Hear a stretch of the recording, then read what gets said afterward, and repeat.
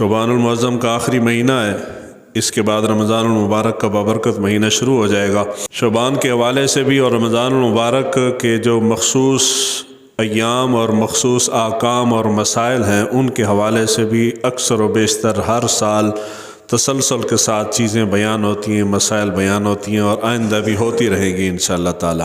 عادت میری یہ ہے، پتہ نہیں اچھی ہے یا بری ہے، زندگی میں جو چیز، جو موضوع، جو ٹاپک ایک بار بیان کر دوں، دوبارہ اس کو بیان کرنے کی مجھے بڑی الجھن سی ہوتی ہے کہ یار ایک بار یہ چیز بیان ہو چکی ہے، اب دوبارہ کیوں بیان کروں۔ عموماً ہوتا یہ ہے کہ لوگوں کے پاس مخصوص ایام اور مخصوص مہینوں کی بنی بنائی تقریریں ہوتی ہیں، وہ ہر سال انہی کو رپیٹ کرتے رہتے ہیں۔ لوگ چونکہ اتنی توجہ وغیرہ سے سنتے نہیں ہیں تو وہ کچھ چیزیں بیچ میں ایڈ کر کے، کوئی نعت کے اشعار ایڈ کیے، کچھ واقعات ایڈ کر کے، تو وہ پنجابی میں کہتے ہیں جی ڈنگ ٹپانا، تو وہ ڈنگ ٹپ جاتا ہے۔ ہماری عادت یہ ہے کہ جی ہم چاہتے ہیں کہ جو چیز ایک بار بیان ہو چکی ہے، میں بیان کر چکا ہوں، اس کو دوبارہ میں بیان نہ کروں۔ جب ہم کہتے ہیں کہ قرآن مجید الحم سے لے کے والناس تک یہ علم کا سمندر ہے، تو پھر اس سمندر میں سے ہمیشہ آپ ایک ہی قطرہ کیوں لے کے آتے ہیں؟ اس میں سے اور بھی چیزیں، دین کبھی ختم ہونے والی چیز نہیں ہے۔ وہ شاعر کا ایک شعر ہے، حضور صلی اللہ علیہ وآلہ وسلم کے اوصاف حمیدہ کے متعلق اس نے لکھا، اور بڑا حقیقت پر مبنی شعر ہے۔ اس نے لکھا کہ لکھوں اگر حضور کے اوصاف کم سے کم، دریا درخت سب ہوں قلم دان کم سے کم، پھر جا کے لکھا جائے گا عنوان کم سے کم۔ یعنی اگر اس ساری زمین کے اوپر جتنے دریا ہیں یہ سارے سیاہی بن جائیں، اور اس پوری زمین کے اوپر جتنے درخت ہیں ان کی میں کلمے بنا لوں اور بیٹھ جاؤں حضور صلی اللہ علیہ وآلہ وسلم کی تعریف و ثنا کرنے کے لیے، تب بھی میں حضور صلی اللہ علیہ وآلہ وسلم کی تعریف نہیں کر سکتا، بلکہ اس تعریف کا فقط عنوان لکھ پاؤں گا۔ یعنی اللہ تعالیٰ نے حضور کو اتنی شان اور عظمت عطا فرمائی۔ تو جب دین کی گہرائی اتنی ہے تو پھر حقیقت یہ ہے کہ انسان کو دین کا مطالعہ کرنا چاہیے، قرآن و حدیث کا، اور لوگوں کو نئی چیز جو انہوں نے پہلے نہیں سنی، تحقیق کو آگے بڑھانا چاہیے، نئی باتیں ان کو سنانی چاہیے۔ تو میری عادت ہے ایک بار جو موضوع بیان ہوا میں پھر اس کو چھوڑ کے نیا موضوع تلاش کرتا رہتا ہوں کہ جی اب اس سے ہٹ کے کوئی جداگانہ موضوع کون سا ہو جو آج تک بیان نہیں ہوا۔ تو اس آج کے دن سے آگے رمضان المبارک آ رہا ہے، رمضان المبارک میں بھی تسلسل سے گفتگو شروع ہو رہی ہے، اور میری زندگی میں یہ پہلی مرتبہ ہو رہی ہے، میں پہلی بار کر رہا ہوں۔ انبیاء کرام علیہ السلام، وہ انبیاء جن کا ذکر قرآن مجید کے اندر ہے یا احادیث صحیحہ کے اندر ہے، ان انبیاء کا ذکر کریں گے ہم۔ ان انبیاء کا ذکر کرنے کی ایک تو برکت ہے، اللہ کے نبی، کسی برگزیدہ نبی کا ذکر ہوگا، اور اس کے ساتھ ساتھ جو اصل ہمارے لیے اصلاح کا پہلو ہے وہ یہ ہے کہ انبیاء کے ساتھ جو ایسی چیزیں منسوب کر دی گئی ہیں جو کہ درست نہیں ہیں، ساتھ ساتھ ان کی نشاندہی بھی ہوتی رہے گی۔ یہ اصل چیز، اصل مقصد ہی ہے۔ تو آج کی گفتگو، پہلا جمعہ اس سلسلے کا، پہلی گفتگو حضرت آدم علیہ السلام، ابو البشر ابو الانبیاء، تمام انسانوں کے والد، تمام نبیوں کے والد، پہلے انسان، پہلے نبی حضرت آدم علیہ نبینا و علیہ الصلاۃ والسلام، ان کا ذکر خیر آج ہم گفتگو ان سے کر رہے ہیں۔ قرآن مجید فرقان حمید کی 25 صورتیں ہیں، ان 25 صورتوں میں اللہ تعالیٰ نے 25 مقامات پہ حضرت آدم علیہ السلام کا ذکر آدم کے نام کے ساتھ کیا ہے۔ یعنی قرآن مجید کے اندر 25 مقام پہ آپ کے نام کے ساتھ آپ کا ذکر آیا، اور 25 ہی صورتوں میں آیا۔ قرآن مجید فرقان حمید کے اندر اللہ تعالیٰ نے سورہ صاد، اس کی آیت نمبر 71، اللہ تعالیٰ نے حضرت آدم علیہ السلام کی تخلیق کے بارے میں بیان کیا کہ آدم علیہ السلام کی تخلیق کیسے ہوئی۔ تو اللہ تعالیٰ نے آیات، میں ریفرنس دے رہا ہوں، آگے آپ آیات خود پڑھ سکتے ہیں، وقت قلت ہے، آگے چند چیزیں تفصیل طلب ہیں۔ اللہ تعالیٰ نے فرمایا کہ بے شک میں مٹی سے ایک انسان تخلیق کرنے والا ہوں۔ کون سا انسان؟ حضرت آدم علیہ السلام کی بات ہو رہی ہے۔ اسی کے متعلق صحیح حدیث کے اندر ہے، بخاری شریف کے اندر ذکر ہے، 6227 حدیث کا نمبر ہے۔ حضور صلی اللہ علیہ وآلہ وسلم نے ارشاد فرمایا، بے شک اللہ تعالیٰ نے آدم کو اپنی صورت پر پیدا کیا ہے اور ان کا قد جو تھا وہ 60 ہاتھ تھا۔ 60 ہاتھ کتنے ہوتے ہیں آگے تفصیل آ رہی ہے۔ حضور نے فرمایا کہ اللہ تعالیٰ نے انسان کو اپنی صورت پہ پیدا کیا ہے، تو اس لیے اللہ کے نبی نے منع فرمایا ہے کہ اگر تم کسی شخص کو مارو تو کبھی بھی اس کے منہ پہ نہ مارو، بے شک دشمن کو ہی مارتے ہیں۔ تو اللہ کے نبی نے بڑی سختی سے منع کیا ہے کہ کبھی بھی کسی کے منہ کے اوپر تھپڑ مارنا یا کوئی بھی چیز مارنا یہ گناہ ہے، نہیں مار سکتے، کسی بھی صورت میں نہیں مار سکتے، تو منہ پہ مارنے سے پرہیز کرنا چاہیے۔ سورہ بقرہ آیت نمبر 34 اللہ تعالیٰ نے ارشاد فرمایا، ابلیس نے انکار کیا، اللہ تعالیٰ نے ارشاد فرمایا کیوں انکار کیا؟ اللہ تعالیٰ نے کہا کہ اس نے تکبر کیا اور کافروں میں سے ہو گیا۔ یعنی تکبر جو ہے، غرور، تکبر، فخر، بڑائی، یہ چیزیں انسان اگر ان سے باز نہ آئے تو انسان رفتہ رفتہ کفر تک چلا جاتا ہے۔ اس لیے فخر، تکبر اور غرور سے بچنا چاہیے۔ تو آدم علیہ السلام کو سجدہ نہ کرنے کی وجہ تکبر تھا، اسی تکبر نے اللہ تعالیٰ کا مقرب ہونے سے نیچے گرا کے اس کو ابلیس اور لعین بنا دیا۔ ایک تکبر کی بیماری تھی۔ تو گناہ چھوٹا ہو یا بڑا ہو اس کو گناہ سمجھیں، اس سے بچنے کی کوشش کریں۔ تو تکبر خاص طور پہ غرور و تکبر سے انسان کو بچنا چاہیے۔ حدیث پاک کے اندر ہے، مسلم شریف کی حدیث ہے 2612، حضور صلی اللہ علیہ وآلہ وسلم نے ارشاد فرمایا ابلیس کے متعلق کہ اس نے سجدہ کیوں نہیں کیا۔ حدیث کے اندر ہے، حضور نے فرمایا ابلیس نے کہا کہ میں اس سے بہتر ہوں، آدم علیہ السلام کا ذکر، میں اس سے بہتر ہوں کہ تو نے مجھے آگ سے بنایا اور اس کو مٹی سے بنایا، تو آگ جو ہے وہ مٹی سے بہتر ہوتی ہے۔ تو اس نے کہا کہ میری تخلیق چونکہ اچھی ہے، اس کی تخلیق ہی معاذ اللہ استغفر اللہ اچھی نہیں ہے، مٹی سے بنا ہوا ہے، تو میں اس سے بہتر ہوں، تو میں بہتر ہو کہ اس حقیر کو سجدہ کیوں کروں۔ یہ فخر اور تکبر تھا۔ اس کے بعد آ جاتا ہے اللہ تعالیٰ نے حضرت آدم علیہ السلام کو تخلیق کیا، تخلیق کرنے کے بعد اللہ تعالیٰ نے حضرت آدم علیہ السلام کو حضرت حوا کو جنت میں بھیج دیا۔ اس کا ذکر قرآن مجید کے اندر ہے، سورہ بقرہ آیت نمبر 35 اللہ تعالیٰ نے ارشاد فرمایا، اور ہم نے کہا اے آدم تم اور تمہاری بیوی جنت میں رہو۔ جنت میں جانے کا ذکر ہے اور پھر جنت سے نکلنے کا بھی ذکر قرآن مجید کے اندر ہے۔ جنت صرف ایک مقام یا ایک جگہ کا نام نہیں ہے، جنت مختلف مقامات، مختلف درجات ہیں۔ اللہ تعالیٰ نے آدم علیہ السلام کو بنا کے جنت میں بھیجا، تو وہ کون سی جنت تھی اس کے متعلق تفاسیر بھری پڑی ہیں۔ کسی بھی تفسیر کو، معتبر تفسیر کو بھی اٹھاتے ہیں تو وہاں بیان ہے کہ جی آدم علیہ السلام کو اللہ تعالیٰ نے جنت کے کس مقام پہ رکھا تھا، کس درجے پہ رکھا تھا۔ یہ تفسیر کی بات ہے، اور حقیقت یہ ہے کہ حضور صلی اللہ علیہ وآلہ وسلم نے یا قرآن مجید کے اندر اس چیز کا بیان بالکل اشارتاً بھی نہیں ہے کہ اللہ تعالیٰ نے حضرت آدم علیہ السلام کو تخلیق کرنے کے بعد جب جنت میں بھیجا تو جنت میں کس مقام پہ رکھا۔ یہ ساری کی ساری خطیبانہ باتیں ہیں، پھڑے ہیں، کہانیاں ہیں کہ جی آدم علیہ السلام کو فلاں مقام پہ رکھا گیا، پھر فلاں پہ، پھر فلاں پہ۔ ایسا احادیث مبارکہ کے اندر ذکر نہیں ہے اور قرآن مجید کے اندر بھی ذکر نہیں ہے۔ جنت کے اندر سکونت کا ذکر ہے، کس مقام پہ تھا اس کا ذکر کوئی نہیں ہے۔ اس کے بعد ہے آدم علیہ السلام کا وہ گندم کا کھانا اور یہ سارا معاملہ، وہ آپ اکثر خطیب حضرات سے سنتے ہیں، اس کو ذکر نہیں کرنا، آگے جو اصل چیز ہے۔ اللہ تعالیٰ نے توبہ قبول کی، غلطی ہو جاتی ہے، خطا انسان کر بیٹھتا ہے، تو توبہ کا دروازہ انسان کے لیے ہمیشہ کھلا ہے۔ آدم علیہ السلام سے خطا سرزد ہوئی اور بھول ہو گئی، تو اللہ تعالیٰ سے انہوں نے توبہ کی، اللہ تعالیٰ نے توبہ قبول کی۔ یہ آیت مبارکہ آپ یاد رکھیں گے، یہ آگے بار بار اس کا ذکر ہوگا، بہت سارے شکوک و شبہات اسی آیت مبارکہ سے دور ہو جاتے ہیں۔ سورہ بقرہ آیت نمبر 37 اللہ تعالیٰ نے ارشاد فرمایا فَتَلَقَّىٰ آدَمُ مِن رَبِّهِ كَلِمَاتٍ فَتَابَ عَلَيْهِ، اللہ تعالیٰ نے آدم علیہ نبینا علیہ الصلوۃ والسلام کو چند کلمات سکھا دیے تھے، ان کلمات کی وجہ سے اللہ تعالیٰ نے آدم علیہ السلام کی توبہ قبول کر لی۔ میں گناہ کرتا ہوں، دل کے اندر خیال آتا ہے، ندامت ہوتی ہے، پشیمانی ہوتی ہے کہ یار میں گناہ کر بیٹھا ہوں، اس پشیمانی کی وجہ سے میں توبہ کرتا ہوں۔ تو یہ دل کے اندر جو گناہ کا احساس ہے یہ بھی اللہ تعالیٰ کی طرف سے ہے، رب کی رحمت ہے کہ میں گناہ کرتا ہوں اور پھر مجھے احساس ہوتا ہے کہ یار میں گناہ کر بیٹھا ہوں۔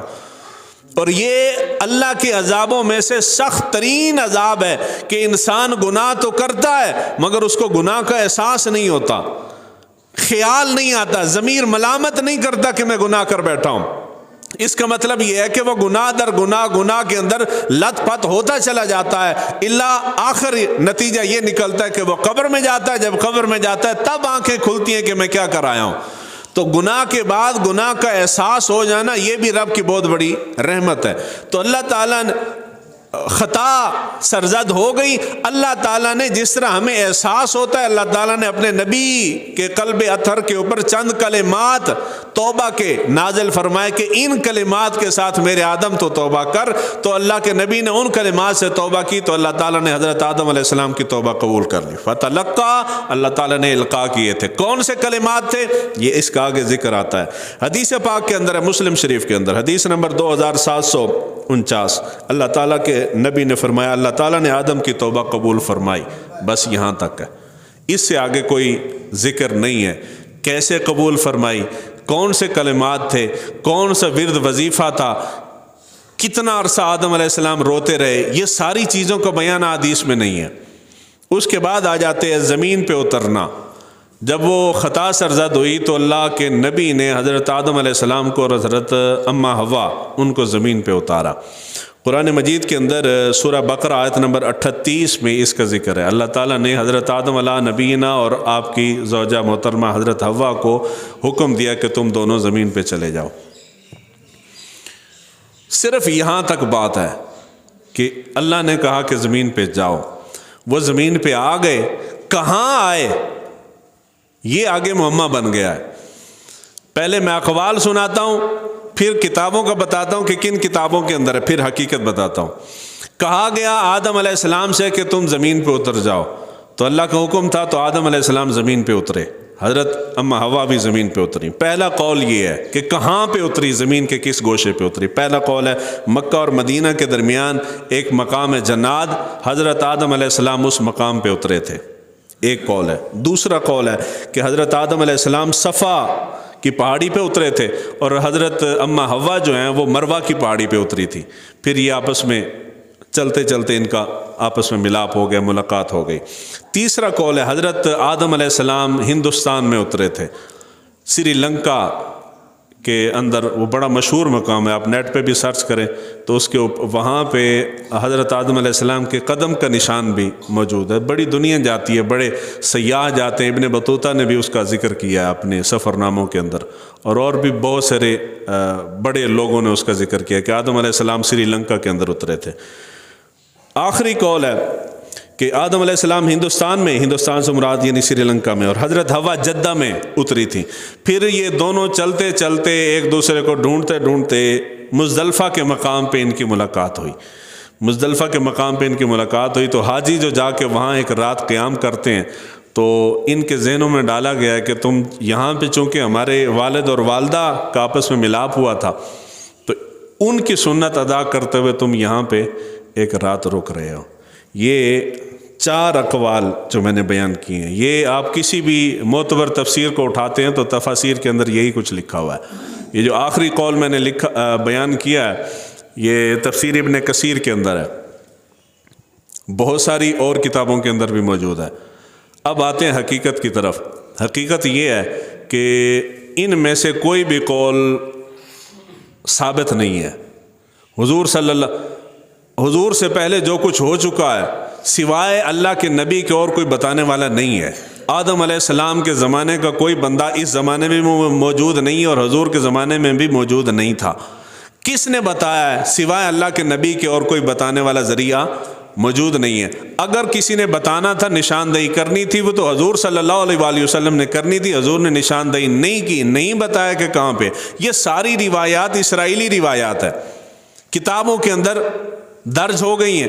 اب میں مثال دے رہا ہوں، الحمدللہ رب العالمین اس کی تفسیر میں کرنے بیٹھتا ہوں اور میرے ذہن کے اندر ٹارگٹ ہے کہ میں نے 600 صفحات اس کی تفسیر کے اوپر لکھ مارنے ہیں، اب میں لکھوں گا کہاں سے؟ اتنی گہری تفسیریں تو احادیث کے اندر نہیں ملتی، چند ایک قول کسی آیت کے متعلق مل جائے گا، آگے کچھ نہیں ملتا، تو اس کو پھر کھینچنے کے لیے لمبی کہانی مکمل کرنے کے لیے پھر ضرورت ہوتی ہے کہ آپ اس طرح کے قصے کہانی بیچ میں ایڈ کریں۔ کہاں سے لائیں گے؟ وہ اسرائیلی روایات نکلتی، تو انہوں نے تفاسیر کے اندر، اب یہ بہت بڑا جملہ ہے، میں جب جملہ کہہ دیتا ہوں تو پیچھے بہت ساری وجوہات ہوتی ہیں، لیکن سننے والے سمجھتے ہیں کہ ایم ہی کھڑا ہو کے ایم ہی کہتا رہتا، ایم ہی نہیں کہتا رہتا۔ آپ کی یہ 3 چیزیں، پہلے نمبر پہ تاریخ تو چیپٹر الگ ہے، ہم اس کے اوپر بات ہی نہیں کرتے، تاریخ تو ہے ہی تاریخ ہے، اس کو صحیح اور غلط کو اس کو مسئلہ نہیں ہے۔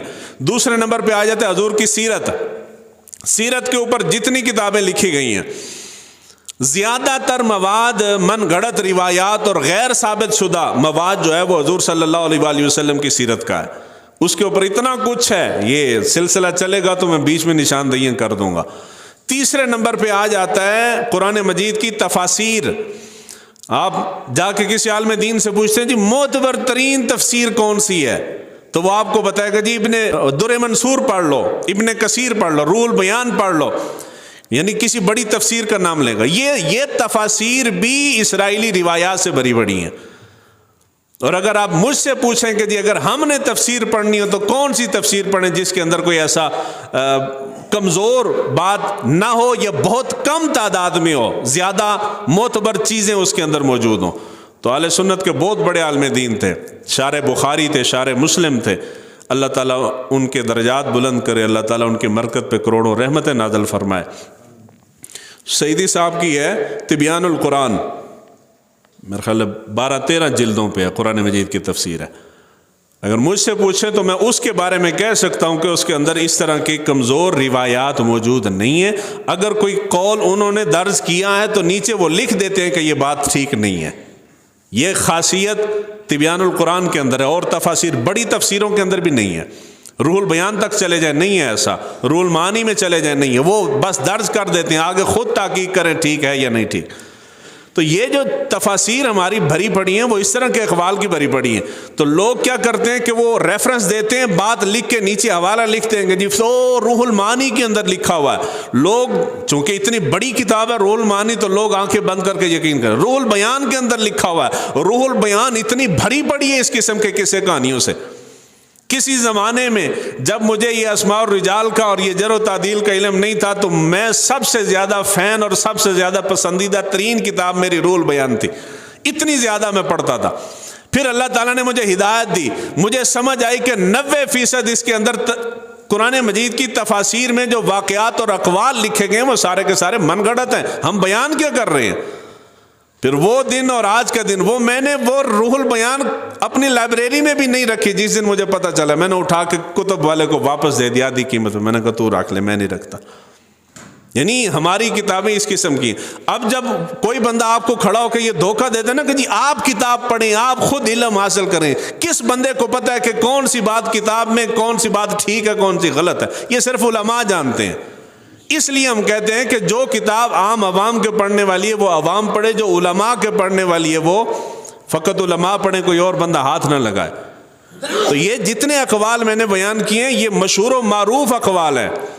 اس زمانے میں بھی جن علماء نے بیان کیے ہیں یا جن کتابوں کے اندر یہ لکھے گئے ہیں ان ساروں کی لسٹ اگر میں بیان کر دوں تو وہ چونکہ فالوور ان کے زیادہ ہوتے ہیں تو وہ برا مان جاتے ہیں، محسوس کر جاتے ہیں کہ جنہیں ہمارے شیخ تو غلط بات نہیں کر سکتے، تو آپ کیوں کہہ رہے ہیں کہ انہوں نے کتاب میں غلط لکھی؟ اس لیے میں صرف اشارہ کر رہا ہوں، میں کسی کا نام نہیں لیتا، اور مقصد کسی کا عزت کو اچھالنا بھی نہیں، مقصد نشاندہی ہے۔ تو آدم علیہ السلام کس مقام پہ اترے تھے؟ احادیث کے اندر اس کا ذکر نہیں ہے، حدیث میں ذکر جی نہیں، کسی مقام کا بھی ذکر، اشارتاً بھی ذکر نہیں ہے۔ حضرت اماں حوا کہاں پہ اتری تھی اس کا بھی ذکر حدیث میں نہیں ہے، قرآن مجید کے اندر بھی نہیں ہے۔ اس کے بعد آ جاتا ہے حضرت آدم علیہ نبینا علیہ الصلوۃ والسلام وصال فرما گئے۔ بخاری شریف کی حدیث ہے 6227، حضور نے ارشاد فرمایا اللہ تعالیٰ نے آدم کو ان کی اولاد دکھائی، پھر ان کی عمر 1000 سال مقرر کی۔ یہ بات ثابت ہے کہ آدم علیہ السلام کی عمر مبارک جو تھی وہ 1000 سال تھی۔ اس سے آگے کہ حضرت آدم علیہ السلام کیسے فوت ہوئے تھے، کس کیفیت میں فوت ہوئے تھے، کس مقام پہ فوت ہوئے تھے، کس مقام پہ آپ کی قبر مبارک ہے، کوئی اس بارے میں ذکر موجود نہیں ہے۔ جتنی باتیں مشہور ہیں وہ ساری کہانیاں ہیں، حتیٰ کہ لوگوں نے تو آپ کی قبریں بھی بنا رکھی ہیں۔ آپ سرچ کریں نا تو آدم علیہ السلام کی قبریں بھی موجود ہیں۔ آپ پوچھیں جا کے کہ آدم علیہ السلام کی قبر کہاں ہے، تو وہ آپ کو بتائیں گے فلاں ملک میں، فلاں شہر میں، فلاں شہر میں، فلاں شہر میں۔ آدم علیہ السلام کی قبر کہیں پہ بھی ثابت نہیں ہے۔ کس مقام پہ فوت ہوئے یہ بھی ثابت نہیں ہے، نہ قرآن مجید میں ہے نہ احادیث مبارکہ کے اندر ہے۔ تو بیان کس نے کیا ہے؟ بعد والے نے پھر اپنے کولوں چھکی رکھا ہے کام نو، حدیث میں نہیں ہے۔ تو کسی بھی جگہ کے لیے یہ مخصوص نہ کریں کہ وہاں پہ حضرت آدم علیہ السلام کی قبر ہے، قبر نہیں ہے۔ حدیث میں صرف یہی ثابت ہے کہ 1000 سال تک ان کی عمر تھی، بس، اس کے آگے کچھ بھی نہیں ہے۔ اس کے بعد آ جاتا ہے قد کا، جو میں سٹارٹنگ میں روایت بیان کر رہا ہوں۔ حضور صلی اللہ علیہ وآلہ وسلم نے فرمایا تھا کہ آدم علیہ السلام کا، ہاں بے شک اللہ تعالیٰ نے آدم کو اپنی صورت پہ پیدا کیا اور ان کا قد 60 ہاتھ تھا۔ کتنا؟ 60 ہاتھ۔ بڑی خاص گل تو سمجھا رہے ہیں جو تسی سمجھو تے، 60 ہاتھ تھا۔ حدیث کے اندر لفظ ہے ذراع، ذراع ہاتھ کو کہتے ہیں۔ کس کو کہتے ہیں؟ ہاتھ کو کہتے ہیں۔ یہ عربی کے اندر یہ بطور پیمانہ استعمال ہوتا ہے، اور یہ پیمائش میں، یہ جو ہمارے ہاں پیمائش ہے، اس پیمائش میں جائیں تو یہ 18 انچ ہوتا ہے۔ کتنا؟ ایک ذراع عربی کا لفظ ہے، 18 انچ کا ایک ذراع ہوتا ہے۔ اس حساب سے حضرت آدم علیہ السلام کا قد مبارک جو ہے وہ 90 فٹ ہے۔ یعنی صحیح حدیث سے جو ثابت ہے میں وہ سنا رہا ہوں۔ بخاری کی روایت ہے، حضور نے فرمایا 60 ہاتھ تھا، تو 60 ہاتھ 90 فٹ بنتا ہے۔ آدم علیہ السلام کا قد کتنا تھا؟ ایک باری پیار نہ لاگ چھڑو، اگلی گل اوکھی ہے، پھر تو پچھلی سوچ دے رہو گے میں پیچھے کی آکھیا سی۔ آدم علیہ السلام کا قد کتنا تھا؟ 90 فٹ۔ اللہ تعالیٰ نے جتنے انسان تخلیق فرمائے ہیں 90 فٹ سے لمبا آج تک آدم علیہ السلام سے لے کے آخری انسان تک اس سے لمبا قد کسی کا نہیں ہے۔ لمبا قد میں تمہیں بار بار یاد کروانا، جدو اگلیاں گلاں میں کرنی ہے نا پھر تسی پریشان ہونا، اچھا یہ ہو گیا سی، اس واسطے پچھلی یاد رکھو گے تو اگلی سمجھ آئے گی۔ آدم علیہ السلام کا سب سے زیادہ لمبا قد تھا 60 ہاتھ یعنی 90 فٹ۔ 90 فٹ سے زیادہ لمبا قد روئے زمین پہ کسی انسان کا نہیں ہے، کہیں سے بھی ثابت نہیں کہ 90 فٹ سے لمبا کسی کا قد ہوا۔ آدم علیہ السلام کا قد 90 فٹ کا تھا، اس کے بعد پھر بہت تیزی کے ساتھ جو آگے نسل بڑھی ہے اس کا قد بہت تیزی کے ساتھ چھوٹا ہوتا چلا گیا۔ یہ حدیث سے ثابت ہے، قد کا چھوٹا ہو جانا۔ حضور نے فرمایا کہ جیسے جیسے گناہ بڑھیں گے اسی طرح انسانوں کے قد چھوٹے ہو جائیں گے۔ پہلے 6 فٹ کا تھا، 7 فٹ کا انسان ہوتا تھا، جی کڑیل جوان 7 فٹ کا ہوتا ہے، پھر 6 فٹ دا آیا، پھر 5 فٹ دا آ گیا، ہن 3 فٹ دے کڑیل جوان پھر دے اندر۔ کیوں ہو گیا جی؟ زمین پہ گناہ زیادہ ہو گیا نا، اس وجہ سے قد چھوٹے ہوتے جا رہے ہیں۔ تو قد کا بڑا ہونا بھی ثابت ہے، اور بڑے سے بڑا 90 فٹ، اور چھوٹا ہونا بھی ثابت ہے کہ جی جیسے جیسے گناہ بڑھیں گے قد چھوٹے ہو جائیں گے۔ بس یہاں تک ہے، رہ گئے آگے ہم پاکستانی، تو پاکستانیوں کا بابا آدم وکھرا ہے۔ آپ پاکستان میں سرچ کریں نا، میں کسی مقام دا نہ لانگا تو لوگ اتنے گدیاں بنا کے بیٹھے ہیں، لوگاں برا مان جانا ہے جی۔ آدم علیہ السلام سے لمبا قد کسی کا نہیں تھا، اور پاکستان میں 70 گز کے مزارات موجود ہیں۔ دیکھیں نا، 1-2 نشاندہی میں کرنا دونوں سمجھ آ جائے گی۔ کتنے گز کی؟ پیار نہ بولو تو صحیح یار، میں آپ کو یہ دیکھیں نا، اس کو کہتے ہیں عقیدہ بن جانا۔ ایک طرف قرآن اور صحیح حدیث رکھی جائے، دوسری طرف انسان کا غلط عقیدہ رکھا جائے۔ لوگ قرآن پہ شک کرتے ہیں، اپنے عقیدے کو درست مانتے ہیں۔ جو پاکستان کے اندر یہ بڑی بڑی قبریں 70 گز کی قبریں بنا کے بیٹھے ہیں، جا کے اس کے گدی نشین کو پکڑ لیں، اس کو بھی پتہ ہے کہ یہ جھوٹ ہے۔ جو آگے اس نے مریدین بنا رکھے ہیں ان کو بھی پتہ ہے جھوٹ ہے۔ جھوٹ کے اوپر دکان کھڑی کی ہے، لوگ آ رہے ہیں، منتے مان رہے ہیں اور یقین کر رہے ہیں کہ نہیں یہاں پہ اللہ کا فلاں نیک بندہ لیٹا ہوا۔ آدم علیہ السلام کا 90 فٹ قد تھا، 90 فٹ سے اوپر کسی انسان کا قد نہیں ہے، کہیں سے بھی ثابت نہیں ہے۔ آپ کے ذہن میں قوم عاد جائے گی، قوم عاد کا بھی ذکر کرتا ہوں آگے۔ جب آپ 70 گز کی قبر بناتے ہیں تو 70 گز کم از کم 210 فٹ بنتا ہے۔ کتنا فٹ؟ آدم علیہ السلام کا قد 90 فٹ کا تھا، آدم علیہ السلام کے بعد مخلوق پیدا ہوئی ہے، اس کو 210 فٹ قد ہے۔ حیران ان لوگوں کی عقل پتہ نہیں کہاں گھاس چرنے جاتی۔ آپ گجرات چلے جائیں، گجرات حضرت آدم علیہ السلام سے منسوب ان کے بیٹے موجود ہیں، قبر بنی ہوئی ہے بڑیلا شریف، بڑیلا شریف بہت عالی شان مزار ہے۔ میں نہیں آج تک گیا، میں ذرا پرہیز کرتا ہوں۔ میں جملہ ایویں مذاق ہی چاہ گیا، اور تسی آکھو گے جی تسی پیراں دے خلاف ہو تے تسی درباراں تے جاؤ گے کیوں؟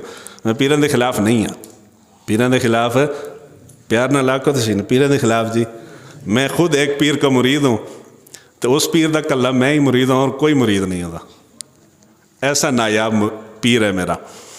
وہ میں دسنا نہیں، تو دسنے والا ہے نہیں ہے، تسی وہ دے پیچھے پہ جاؤ گے۔ یعنی بتانا یہ ہے کہ صرف میں بھی مرید ہوں کسی کا، تو پیروں کے خلاف نہیں ہوں، لیکن پیر یار کوئی پیر ہو تو چج کا نا، بندہ کو دیکھے تو دل خوش ہو جائے، یار یہ اللہ کا نیک بندہ، ایسا کوئی پیر ہو۔ گجرات کے اندر، صرف گجرات میں نہیں، آپ بلوچستان میں اور سندھ میں چلے جائیں، پورے قبرستان ہیں، 70 گز کی قبرستان بھرے پڑے ہیں، قبریں بنی ہوئی ہیں۔ ان سے پوچھ لو جی فلاں بڑے بزرگ تھے ان کی قبر ہے، فلاں نبی کی نبیوں سے منسوب ہے، نبیوں کی قبر ہے، فلاں نبی کے بیٹے کی قبر ہے۔ پاکستان کے اندر کسی نبی کی قبر نہیں ہے، کسی نبی کی قبر، صحابہ کی قبریں ہیں جو ثابت شدہ، صحابہ کی قبور پاکستان کے اندر موجود ہے، مگر کسی نبی کی قبر پاکستان کے اندر کوئی قرآن پہ ہاتھ رکھ کے بھی تمہیں کہہ دے کہ فلاں جگہ پہ اللہ کے نبی کی قبر ہے، کہو جھوٹ بولتا ہے۔ کسی نبی کی قبر پاکستان میں نہیں ہے، کوئی نبی پاکستان کی طرف نہیں آیا۔ ہم اعلیٰ مخلوق تھے، یہاں آنے کی ضرورت ہی نہیں تھی، انہوں نے پتہ ہے اپنے کولوں بنا لین، جیسی بنائی ہوئی ہیں نا۔ نبی 90 فٹ کا ہے، اور اس کے بعد پھر امتی آئے ہیں تو وہ 210 اور 40 فٹ کے ہو رہے ہیں۔ یہ 70 گز والی ساری کہانی ہے، چاہے وہ نبی سے منسوب کر دیں تب بھی کہانی ہے، کسی بزرگ کی طرف منسوب کر دیں تب بھی کہانی ہے، نبی کے بیٹے کی طرف منسوب کر دیں تب بھی کہانی ہے، کوئی حقیقت اس کے اندر نہیں ہے۔ اور رہ گئی بنانے کی ضرورت کیوں پیش آئی؟ ضرورت اس لیے پیش آئی کہ پاکستانی عقیدت کے مارے ہوئے ہیں، جتنی پرانی قبر بنانی ہو اتنی لمبی بنا دو، لوگ فوراً یقین کر جاتے ہیں۔ اے تواڈے وادی سونی چی صحابہ دی قبراں بنی ہوئی ہیں نا، بنی ہیں نا، تسی قبراں تے جاندے رہندے ہو، قبراں دی تے خبر رکھے کرو، بولیا کرو ہاں جی بنی ہوئی ہیں، وہ قبریں بنی۔ عام بندے کا جتنا قد ہے صحابہ کے قد بھی اتنے ہی تھے۔ میری بات پہ نہ یقین ہے، خود اٹھا کے سیرت کی کتابیں پڑھیں، صرف حضور صلی اللہ علیہ وآلہ وسلم کا قد مبارک بڑا تھا۔ بڑے ہونے سے مراد یہ نہیں کہ تھا لمبا، حضور کا قد مبارک تھا میانہ، لیکن آپ کے قد کا معجزہ تھا کہ جب آپ مجمع کے اندر چلتے تھے تو قد بالکل درمیانہ تھا۔ معجزہ یہ تھا کہ لوگوں کے اندر مجمع کے اندر چلتے ہوئے یا بیٹھتے ہوئے حضور سب سے اونچے نظر آتے تھے۔ میرے نبی کا معجزہ تھا، یہ نہیں کہ قد تھا لمبا نہیں تھا۔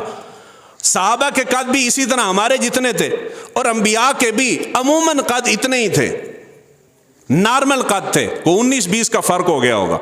اور یہ جو 90 فٹ سے اوپر والی کہانی، یہ ساری جھوٹ ہے۔ اور جنہوں نے صحابہ کی قبریں بنائی ہیں، اب چونکہ پرانی قبر ہے اس کے اوپر لوگوں کو یقین نہیں آئے گا، تو پھر جتنی پرانی قبر بنانی تھی اتنی لمبی بنا دی۔ میں نے بھی دیکھی ہیں صحابہ کی قبریں بنی ہوئی، انہوں نے لمبی قبریں، عام نارمل قبر سے لمبی قبر بنا دی، لوگ فوراً یقین کرتے ہیں جی پرانا بندہ جیسی تو بہت لمبا قد ہونا سی ہوتا۔ کسی کا لمبا قد نہیں ہوتا تھا، قد کی صحابہ کی قد نارمل قد تھے۔ تو سب سے زیادہ لمبا قد آدم علیہ السلام کا تھا، اور آدم علیہ السلام کے بعد بہت تیزی کے ساتھ قد نیچے آئے ہیں، اور یہ آدم علیہ السلام سے اوپر یا ان کے برابر قد کی جتنی بھی کہانی ہے وہ ساری کی ساری جھوٹ ہے۔ رہ گئے قوم عاد اور قوم سمود۔ قوم عاد اور قوم سمود کا ذکر قرآن کے اندر ہے، اور قرآن کے اندر ذکر ان کا یہ ہے کہ وہ مضبوط جسم والے تھے، طاقتور جسم والے تھے، یہ بات ہے قرآن کے اندر۔ قرآن کے اندر یہ حدیث مبارکہ کے اندر قوم عاد اور قوم سمود کے قد کا ذکر نہیں ہے۔ ایڈی وڈی گل آکھی جس دے اگے بھی جا کے تسی آکھو گے نا کہ یہ لمبے قد والی کہانیاں نے، کوئی نہیں قوم عاد کے گھر موجود ہیں اور قوم عاد کے فلانی فلانی شے موجود ہے، وہ سارا جھوٹ ہے۔ قرآن جو کہہ رہا ہے، قرآن کے اوپر کوئی چیز ہو سکتی ہے؟ قرآن نے فقط قوم عاد کی طاقت کا ذکر کیا ہے کہ جی بڑی طاقت، بڑے طاقتور جسم والے تھے، بڑے مضبوط جسم والے تھے۔ قرآن کے اندر الحم سے لے کے والناس تک پورا قرآن میں سے کوئی ایک آیت لفظ مجھے نکال دیں جس کے اندر قوم عاد اور قوم سمود کے قد کا ذکر ہو، نہیں ہے۔ لیکن ہماری کتابیں بھری پڑی ہیں، وہ لکھتے ہیں کہ جی اتنے اتنے لمبے قد ہوتے تھے۔ قوم عاد اور قوم سمود تو پیچھے رہ گئے۔ شاہ شمس تبریز کے بارے میں ایڈا وڈا قد ہوندہ سی، دریا چوں سمندری چوں مچھلی پھاڑ کے تے او سورج نال انج کر کے بھون لیندے ہوندے سن۔ استغفر اللہ۔ یعنی کہانی بنانے والوں پہ تو سبحان اللہ ہے ہی، اس پہ یقین کر جانے والوں پہ ڈبل سبحان اللہ ہے، انا للہ ہے، انہوں نے یقین بھی کر لیا۔ اس زمانے میں لوگ، یہ پڑھے لکھے لوگ بھی بیٹھے ہیں، کسی پڑھے لکھے بندے سے پوچھیں کہ جیسے جیسے آپ زمین کو چھوڑ کے اوپر سورج کی طرف جاتے ہیں، گرمی کم ہوتی ہے یا بڑھ جاتی ہے؟ عقل کے اندھوں نے کہانی بنائی ہے کہ سورج کے جتنے قریب جائیں گے اتنی گرمی بڑھے گی۔ تو آپ جہاز میں سفر کرتے ہیں، گرمی ہوتی ہے؟ ہوندی جہاز کی گرمی؟ نہیں نہ ہوندی۔ آپ کہیں گے کہ جہاز میں ایئر کنڈیشن چل رہا تھا، جہاز میں ایئر کنڈیشن نہیں ہوتا۔ جتنا زمین سے اوپر جائیں گے اتنی ٹھنڈک پیدا ہوگی، گرمی پیدا نہیں ہوگی۔ تسی تھلے خوشاب جاندے ہو تو گرمی ہے نا، نیچے ہے، آپ اونچے بیٹھے ہیں اس لیے یہاں کا موسم بہتر ہے۔ جیسے جیسے زمین کے مدار کو چھوڑ کے اوپر جائیں گے وہاں ٹھنڈک بڑھے گی، گرمی نہیں بڑھے گی۔ تو پھر بنانے والا بندہ سیدھا سادہ سے انہوں سمجھ نہیں ہے، یہ گل بعد ہی سمجھ لوگوں نے آئی، یہ تو حالی تک بھی نہیں ہے۔ لوگ یقین کرتے ہیں کہ جی جنوبی پنجاب کے اندر گرمی شاہ شمس تبریز کی مچھلی بھوننے کی وجہ سے ہوتی ہے۔ اتنا لمبا قد تھا، وہ سورج کو کہتے تھلے آتے ہیں میری مچھلی بھون دے۔ تو جنہوں نے اتنی سستی کرامتوں پہ یقین کر لی، انہوں نے نبیوں کی قبروں پہ بھی، صحابہ کی قبروں پہ بھی یقین کر لی۔ کسی بندے کو نہیں بخشا، انبیاء پہ بھی جھوٹ ہے، صحابہ پہ بھی جھوٹ ہے، بزرگوں پہ بھی جھوٹ ہے۔ آدم علیہ السلام سے لمبا قد کسی کا، ہونٹے پیار نہ لاکھو، کسی کا نہیں تھا۔ اس کے بعد آ جاتا ہے سانپ اور مور کا ذکر کہ حضرت آدم علیہ السلام جب زمین سے حکم ہوا کہ تم جنت سے نکل کے نیچے چلے جاؤ، زمین پہ جاؤ، تو اللہ تعالیٰ نے حضرت آدم علیہ السلام کے ساتھ حضرت اماں حوا کے ساتھ ایک سانپ کو بھی اتارا تھا اور ایک مور کو بھی اتارا تھا۔ تھانوں لگے گا کہ شاید میں بھی کہانی سنا رہا، کہانی نہیں سنا رہا، میں جرے آکھیا نا تفسیریں چینج دیاں گلاں لکھی نا، تفسیر بڑی معتبر تفسیر ہے جس کے اندر یہ بات لکھی ہوئی ہے۔ سانپ کو بطور سزا اس کی ٹانگیں لے لی تھی، ساڑھے وڈ کے بزرگ دس دن نہ ہی گلا، بطور سزا اس کے پاؤں لے لیے تھے، وہ زمین پہ گھسٹتا ہے آج بھی۔ اور مور کے پاؤں جو اس کی خوبصورتی سے میچ کرتے تھے، اصل پاؤں تھے، وہ لے کے کبوتر کو دے دیے تھے۔ کبوتر دے پیر سونے نے، اس دی شکل تو زیادہ تے، مور آپ سونا تے پیر اس دے کو جے نے، جی نا گال۔ تو کہتے ہیں آدم علیہ السلام کے ساتھ بطور سزا ان کو بھی زمین پہ اتارا گیا تھا۔ یہ بھی سارا جھوٹ ہے، صرف حضرت آدم علیہ السلام نیچے آئے تھے اور آپ کے ساتھ آپ کی زوجہ محترمہ حضرت اماں حوا نیچے آئی تھی۔ سب شب تے، باقی چڑیاں شڑیاں تے، انہاں دی کوئی ذکر حدیث میں نہیں ہے۔ اس کے بعد آ جاتا ہے حضرت آدم علیہ السلام کا حق مہر۔ ایسے تو سنیاں دے سبحان اللہ دے نکل جانی چاہیے۔ جو حضرت آدم علیہ السلام کا جب نکاح ہونے لگا تو حضرت اللہ تعالیٰ نے فرمایا کہ میرے آدم تم نے حوا کے قریب نہیں جانا، یہ حق مہر پہلے دے۔ تو پھر آدم علیہ السلام نے کہا کہ باری تعالیٰ اس کا حق مہر کیا ہے، میرے پاس تو شے ہی کوئی نہیں ہے۔ تو اللہ تعالیٰ نے فرمایا میرے نبی پہ درود پڑھ دے، یہ تیرا حق مہر ہو جائے گا۔ ایسے سبحان اللہ دی چھال آنی چاہیے اس کے۔ وہ اللہ دے بندے ہو، تسی سال ہو گئے میرے پیچھے جمعہ پڑھ دے، سمجھا کرو گال میں کی کر رہے ہیں۔ یہ خطیبوں کی باتیں ہیں، یہی سبحان اللہ کہلوانے کے لیے وہ نکلواتے ہیں، حدیث میں ذکر نہیں ہے۔ یہ سارا جھوٹ ہے۔ یہ سارا کیا ہے؟ پیار نہ لاکھ تے چھڑو کہ یہ سارا میری گل تے یقین نہ ہوئے تو جا کے حوالے لب کے پھر میں نے دکھایا ہو، جو تھانوں لب جانتے، جیڑا سنا رہے ہوئے وہ کول پوچھ لے تو کتوں پڑھ کے ہیں۔ اور آخری چیز، آدم علیہ السلام 40 سال تک زمین پہ روتے رہے، انجی نا گل، 40 سال تک روتے رہے، اللہ تعالیٰ سے معافیاں مانگتے رہے، رو کے ان کے یہاں گالوں کے اوپر آنکھوں کے نیچے نشان پڑ گئے تھے، اتنا روئے آدم علیہ السلام۔ تو توبہ قبول رب نہیں فرما رہا تھا۔ پھر آدم علیہ السلام کو یاد آیا کہ جب جنت کے اندر اللہ تعالیٰ نے مجھے پیدا کیا تھا تو میں نے آنکھ کھولی تھی تو جنت کے درختوں کے اوپر، جنت کے دروازے پہ، درختوں کے پتوں کے اوپر، ہر مقام پہ، ہر جگہ پہ اللہ کے نام کے ساتھ کدا نا سی، ہائے اے تے پیار نہ لاگ سٹو، حضور کا نام تھا۔ تو آدم علیہ السلام نے سوچا کہ کوئی بہت اللہ کا مقرب بندہ ہوگا، حبیب ہوگا کہ جس کا نام اللہ تعالیٰ نے ہر جگہ پہ اپنے نام کے ساتھ نام لکھ رکھا ہے۔ تو یار ہوئے تو یار دا نام بندہ ہر جگہ تے ہے، نوجوانوں نے بازوں تے لکھایا نہیں ہوندا، تو انہوں نے سوچا کہ بہت اللہ کا قریبی ہوگا۔ تو ان کو جب خیال آیا 40 سال کے بعد، تو وہاں بیٹھ کے حضرت آدم علیہ السلام نے اللہ تعالیٰ کو حضور صلی اللہ علیہ وآلہ وسلم کا واسطہ دیا۔ تو رب نے پوچھا آدم میں تو تیری توبہ اب قبول کر لوں گا، کر لی ہے، پہلے تو اے دس ہے نا دا تینوں کیوں پتہ لگا، تینوں کی نے آکھیا محمد دا واسطہ دے کہ تم میرے کو توبہ کریں گا تو میں قبول کر لوں گا۔ تو پھر انہوں نے آگے بتایا باری تعالیٰ میں نے جنت میں دیکھا تھا درختوں کے اوپر، پتوں کے اوپر، ہر جگہ پہ تیرے نام کے ساتھ تیرے حبیب کا نام لکھا ہوا تھا، تو مجھے لگا کہ بہت تیرا محبوب ہوگا، تو اس کے واسطے کے ساتھ میں نے آج درخواست کی ہے۔ تو اللہ تعالیٰ نے پھر توبہ قبول کر لی، توبہ قبول کر لی۔ اے بھی کہانی ہے، ایسا کوئی ذکر ہاں محبت نہ لاکت سے نے دیکھو ایڈی تحقیق کر کے تھونوں اے پنجابی سیدھی سادی جی گھول کے پلا دینا، میرا احسان تے منیا کرو، باہر جا کے گلاں کرتے رہتے کہ مولوی صاحب غلط گلاں سنا دیں، میں صحیح سنا رہا ہوں آپ کو، حدیث میں اس کا ذکر نہیں ہے۔ اور آخری چیز حضور صلی اللہ علیہ وسلم، ہاں یہ 40 برس تک رونا، یہ بھی سارے کا سارا جھوٹ ہے۔ آدم علیہ السلام سے غلطی سرزد ہوئی، میں یہاں بیٹھ کے میرا نبی کہتا ہے کہ تو بڑے سے بڑا دنیا کے سارے گناہ کر لے، ایک بار اللہ تعالیٰ کی بارگاہ میں سجدے میں سر رکھ کے تو ندامت کا ایک آنسو بہا دے، اللہ تعالیٰ تجھے معاف کر دے گا۔ اور اللہ کے نبی 40 سال تک روتے رہے ہیں، اللہ تعالیٰ توبہ ہی قبول نہیں کر رہا تھا۔ حیران ہوں، نبیوں کو بھی نہیں بخشا تم لوگوں نے، نبیوں کی ذات پہ بھی جھوٹ بولتے ہو۔ اللہ تعالیٰ ہمیں سیکھنے سمجھنے کی توفیق عطا فرمائے۔